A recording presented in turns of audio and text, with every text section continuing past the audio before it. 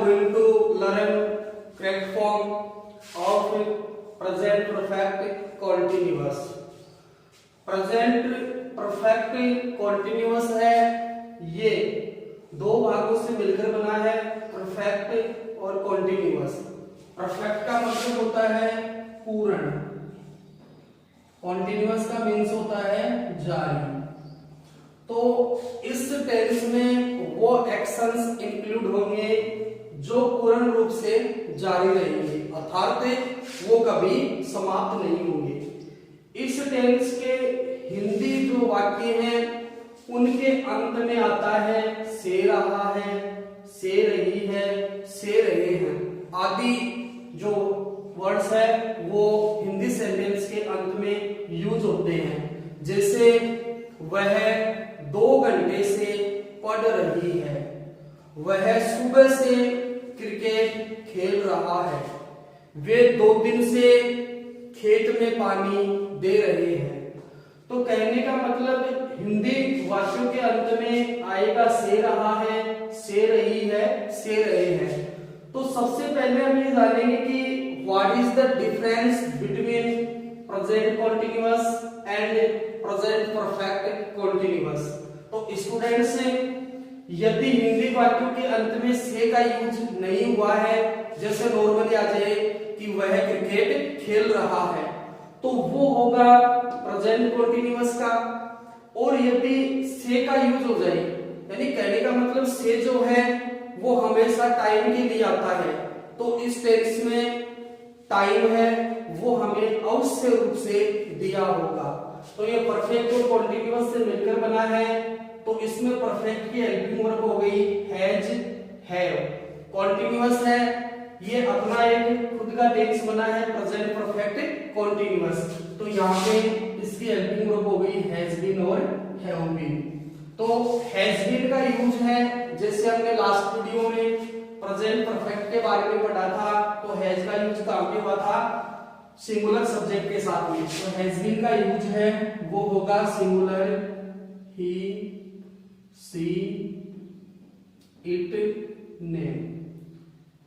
Has been का use है वो होगा he, she, it, name, singular subject के साथ में। हैव बीन का जो यूज है वो होगा प्लूरल सब्जेक्ट के साथ में, जैसे I, we, you, they, I, we, you, they.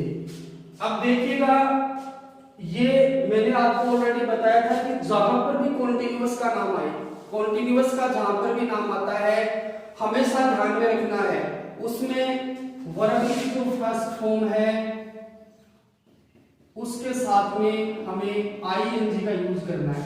Verb की फर्स्ट फॉर्म के साथ में आईएनजी का यूज करना है कॉन्टिन्यूअस का जहां पर भी नाम आए।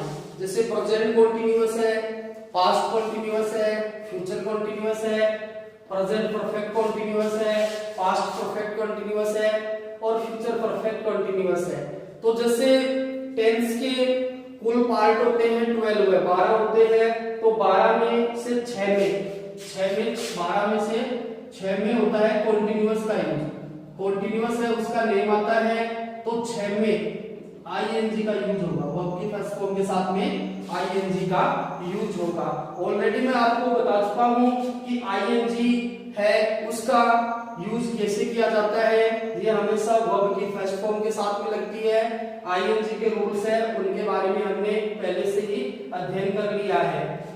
उसके बाद में कहने का मतलब इसकी खास बात है कि इसमें जो साथ में जो वर्ड लगा हुआ बीन, यदि हमें नेगेटिव सेंटेंस में नेगेटिव में नोट लगाना है तो ये हैज नॉट बीन इस प्रकार से यूज होगा, न कि हैज बीन नोट। यदि हमने हैज बीन नोट लगा दिया पहले के जो टेंस है उनके अकॉर्डिंग तो गलत हो जाएगा, यानी हेल्पिंग वर्ब के साथ में जो भी लगता है, चाहे वो बी हो, चाहे वो बीन हो, चाहे वो बीइंग हो, इनसे पहले नोट का यूज होता है, इनसे पहले नोट का यूज होता है। इंट्रोगेटिव सेंटेंस में किस प्रकार से करेंगे हम, सबसे पहले हेल्पिंग वर्ब हैज है, उसके बाद में सब्जेक्ट का यूज करेंगे, सब्जेक्ट के बाद में हमें जो हेल्पिंग वर्ब का शेष वर्ड बच गया बीइंग, उसको यूज में लेना है। हेल्पिंग वर्ब का जो शेष वर्ड बच गया बीइंग, ये आफ्टर सब्जेक्ट के बाद में इसका यूज होगा। उसके बाद में जो फॉर्मूला है वो सही चलेगा। अगर इंट्रोगेटिव नेगेटिव है तो यहाँ सब्जेक्ट के बाद में नोट का यूज होगा। तो ये बात हमें विशेष ध्यान में रखनी है कि नेगेटिव और इंट्रोगेटिव वाक्यों में हैज बीन और हैव बीन का यूज है वो कैसे किया जाता है। अब हमारे दिमाग में एक बात और सी आ रही है कि हम कैसे पता लगाएंगे कि अंग्रेजी के वाक्य में कि हमारा टेंस है वो कौन सा है। तो इस टेंस की जो एडवर्ब है वो होती है सिंस फॉर। इस टेंस की एडवर्ब होती है सिंस और फॉर। सिंस का जो यूज है, फॉर का जो यूज है वो टाइम के लिए किया जाता है। इनका यूज है वो टाइम के लिए किया जाता है। सिंस का मतलब होता है पॉइंट ऑफ टाइम। फॉर का मीन्स होता है पीरियड ऑफ टाइम। अर्थात सिंस का जो यूज है वो निश्चित समय के लिए किया जाता है। फॉर का जो यूज है वो पीरियड ऑफ टाइम, समय की अवधि के लिए, अनिश्चित समय के लिए किया जाता है। सिंस का मीन्स होता है पॉइंट ऑफ टाइम, निश्चित समय के लिए। फॉर का मीन्स होता है पीरियड ऑफ टाइम, अनिश्चित समय के लिए। अब हमें ये जानना है कि निश्चित और अनिश्चित समय कौन से होते हैं। भी हमें क्या पता कि ये निश्चित और अनिश्चित है। तो देखो इसका एक ट्रिक है, ये हमें याद रखना है। बजे, बार, तारीख, महीना, सन, सुबह, शाम, जब भी आए, फॉर छोड़कर सिंस लगाए।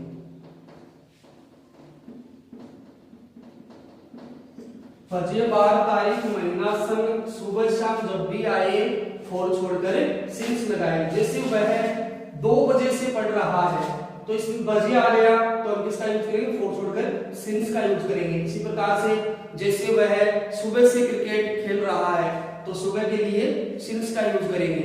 अब इसमें आ गया जैसे वह 2 घंटे से पुस्तक पढ़ रहा है तो इसमें घंटे नहीं है तो घंटे के लिए हम किसका यूज करेंगे, फॉर का यूज करेंगे।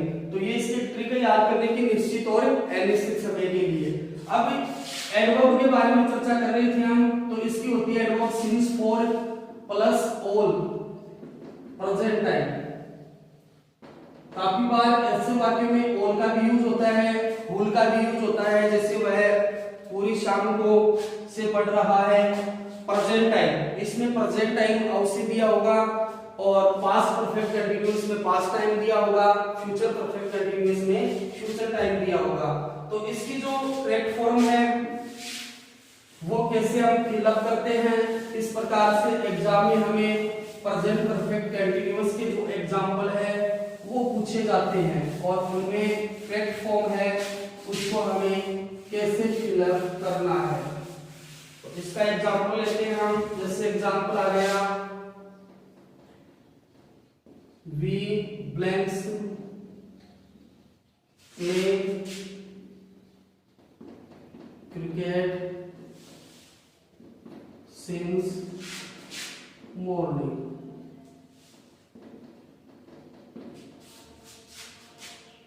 blanks see cook food for 2 days।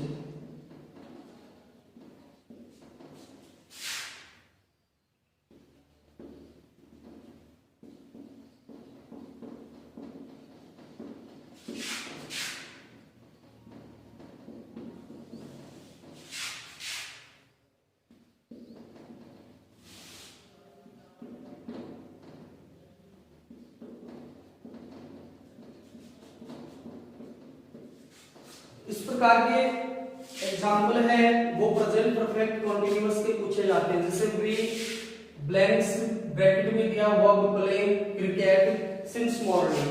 तो एट फर्स्ट हम ये देखेंगे कि इसमें एडवर्ब क्या दी हुई है। तो इसमें एडवर्ब दे रखा है सिंस। सिंस के साथ में हमें ये देखना है कि टाइम का यूज हुआ है नहीं हुआ। तो सिंस के साथ में मॉर्निंग का यूज हुआ है, तो सिंस और प्लस टाइम इस टेंस की एडवर्ब होती है।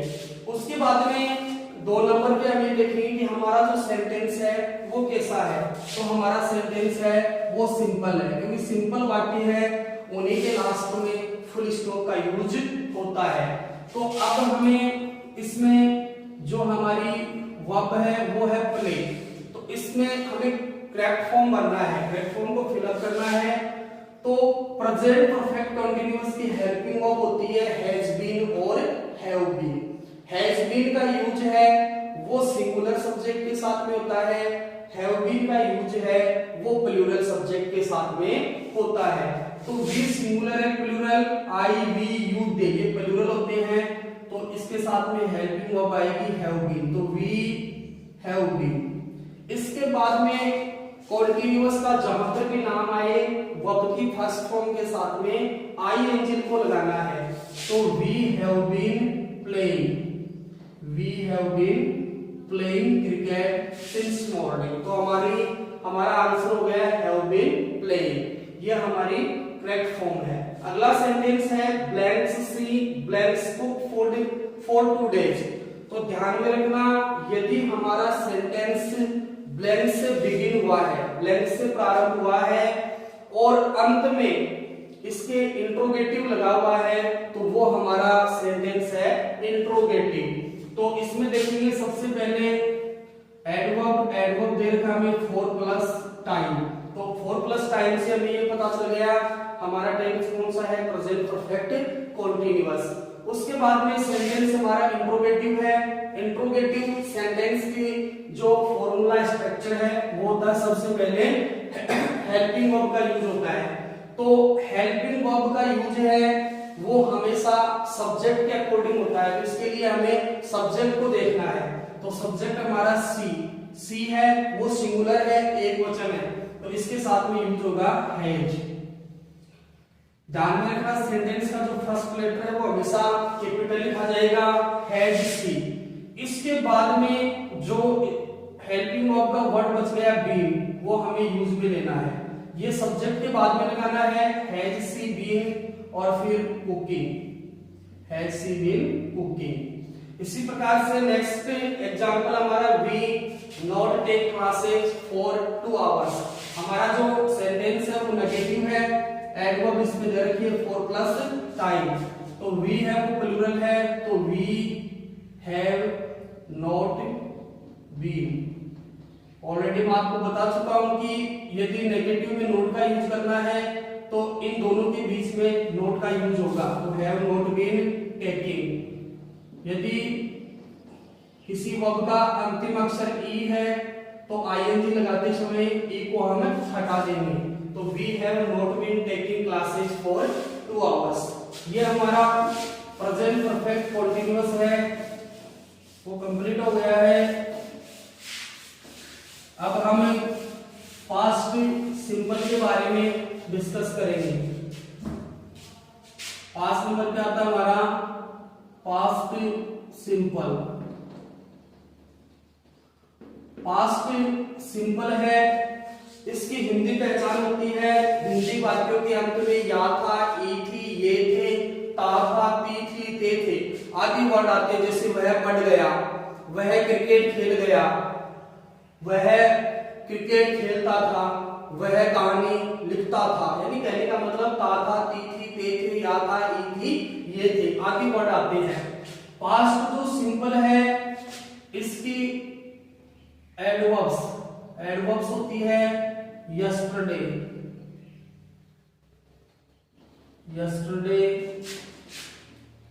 वंस, एगो, प्रीवियस, लास्ट के साथ में जैसे last month, last year, last day etc।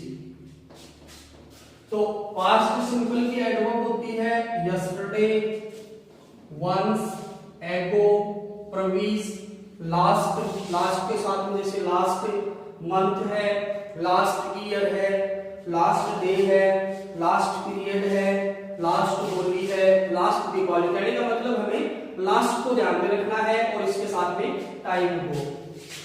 इसका पास्ट सिंपल का जो फर्स्ट रूल है वो होता है कि पास्ट सिंपल के सिंपल सेंटेंस में यदि पास्ट सिंपल टेंस है और उसका सेंटेंस सिंपल है, वाक्य साधारण है, तो उसमें हेल्पिंग वर्ब का यूज है वो नहीं होता है। पास्ट सिंपल के साधारण वाक्यों में वर्ब की सेकंड फॉर्म का यूज होता है। एकमात्र टेंस के 12 जो प्रकार है उनमें पास्ट सिंपल ही एकमात्र ऐसा टेंस है जिसमें वर्ब की सेकंड फॉर्म का यूज होता है।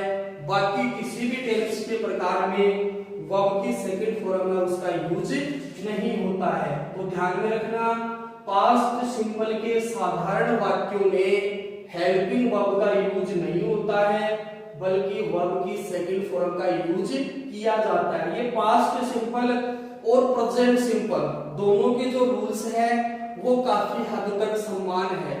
ये थोड़ा सा प्रेजेंट सिंपल से इजी है क्योंकि प्रेजेंट सिंपल के साधारण वाक्यों में भी हेल्पिंग वर्ब का यूज नहीं होता है, तो उसी प्रकार से इसके साधारण वाक्यों में भी हेल्पिंग वर्ब का यूज नहीं होगा जबकि वर्ब की सेकंड फॉर्म का यूज किया जाता है।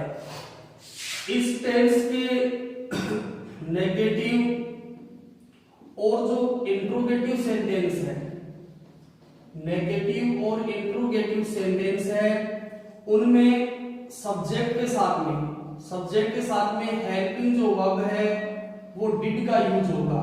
ध्यान में रखना, साधारण वाक्यों में केवल वर्ब की सेकंड फॉर्म का यूज करना है, नेगेटिव और इंट्रोगेटिव वाक्यों में हेल्पिंग वर्ब डिड का यूज करना है, चाहे सब्जेक्ट हमारा सिंगुलर हो या प्लूरल। डिड का जो यूज है वो सिंगुलर और प्लूरल बोथ दोनों के साथ में किया जाता है। लेकिन सबसे खास बात यह है कि डिड के साथ में वर्ब की फर्स्ट फॉर्म का यूज होता है। डिड के साथ में वर्ब की फर्स्ट फॉर्म का यूज होता है। कहने का मतलब जहां पे हमने वर्ब की सेकंड फॉर्म का यूज कर लिया वहां पे कभी भी डिड का यूज नहीं होगा, और जहां पे हमने डिड का यूज कर लिया वहां पे वर्ब की सेकंड फॉर्म का यूज नहीं होगा। ये दोनों एक दूसरे के एनिमी है, शत्रु है, इनकी कभी भी आपस में नहीं बनती है। तो एग्जांपल हम लेते हैं इस टेंस के, इसके किस प्रकार के जो वाक्य है वो बोर्ड के एग्जाम में पूछे जाते हैं। तो जैसे last month I see a lion in the forest, कि पिछले महीने मैंने जंगल में एक शेर देखा। तो लास्ट मंथ सबसे पहले हम करेक्ट फॉर्म को पढ़ते समय अकॉर्डिंग टू रूल चलेंगे। तो सबसे पहले हम देखेंगे कि इस सेंटेंस में एडवर्ब क्या है। तो एडवर्ब आ गई लास्ट प्लस टाइम। तो लास्ट है वो एडवर्ब होती है पास्ट सिंपल की। 2 नंबर पे हम ये देखेंगे कि हमारा जो सेंटेंस है वो कैसा है। तो फुल स्टॉप का यूज हुआ है और वर्ब के साथ में नोट का यूज नहीं हुआ है, तो सेंटेंस हमारा सिंपल है। तो पास्ट सिंपल के साधारण वाक्यों में वर्ब की सेकंड फॉर्म का यूज होता है। तो सी की सेकंड फॉर्म क्या होती है, सा। सी की सेकंड फॉर्म क्या होती है, सा। तो last month I saw a lion in the forest. यदि नेगेटिव वाक्य आ गया जैसे last month I not see a lion in the forest, तो नेगेटिव वाक्यों में हेल्पिंग वर्ब डिड का यूज करना है। तो आई डिड नॉट, डिड के साथ में हमेशा वर्ब की फर्स्ट फॉर्म का यूज होता है। तो आई डिड नॉट सी। जैसे इंट्रोगेटिव वाक्य आ गया we go to Jaipur yesterday। तो ये हमारा इंट्रोगेटिव सेंटेंस है। तो इंट्रोगेटिव सेंटेंस में हेल्पिंग वर्ब डिड का यूज हो गया, डिड बी, डिड के साथ में वर्ब की फर्स्ट फॉर्म गो, तो did be go to Jaipur yesterday. ये इसमें इफ कंडीशनल सेंटेंस भी पूछा जाता है। यदि इफ प्लस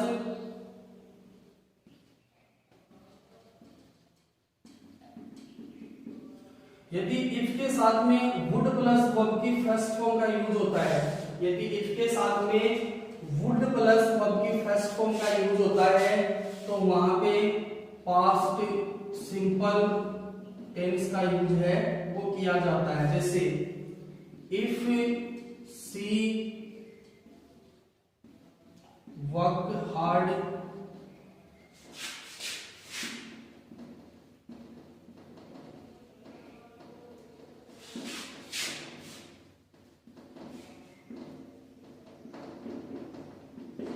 एग्जाम्पल आ गया if she blanks work hard she would get good marks. यदि वह कठोर परिश्रम करती तो वह अच्छे अंक प्राप्त करती।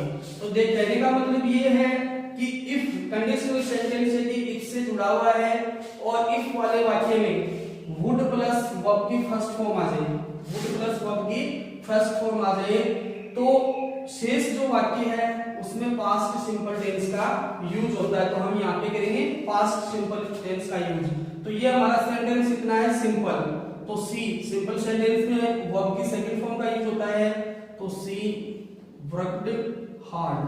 तो if she worked hard she would got good marks. तो ये हमारा पास्ट सिंपल टेंस है। आज हमने दो टेंस के बारे में डिस्कस किया है, प्रेजेंट परफेक्ट कंटीन्यूअस और पास्ट सिंपल के बारे में। Thanks to listen me. Next video में हम पास्ट कंटीन्यूअस, पास्ट परफेक्ट और पास्ट परफेक्ट कंटीन्यूअस के बारे में डिस्कस करेंगे।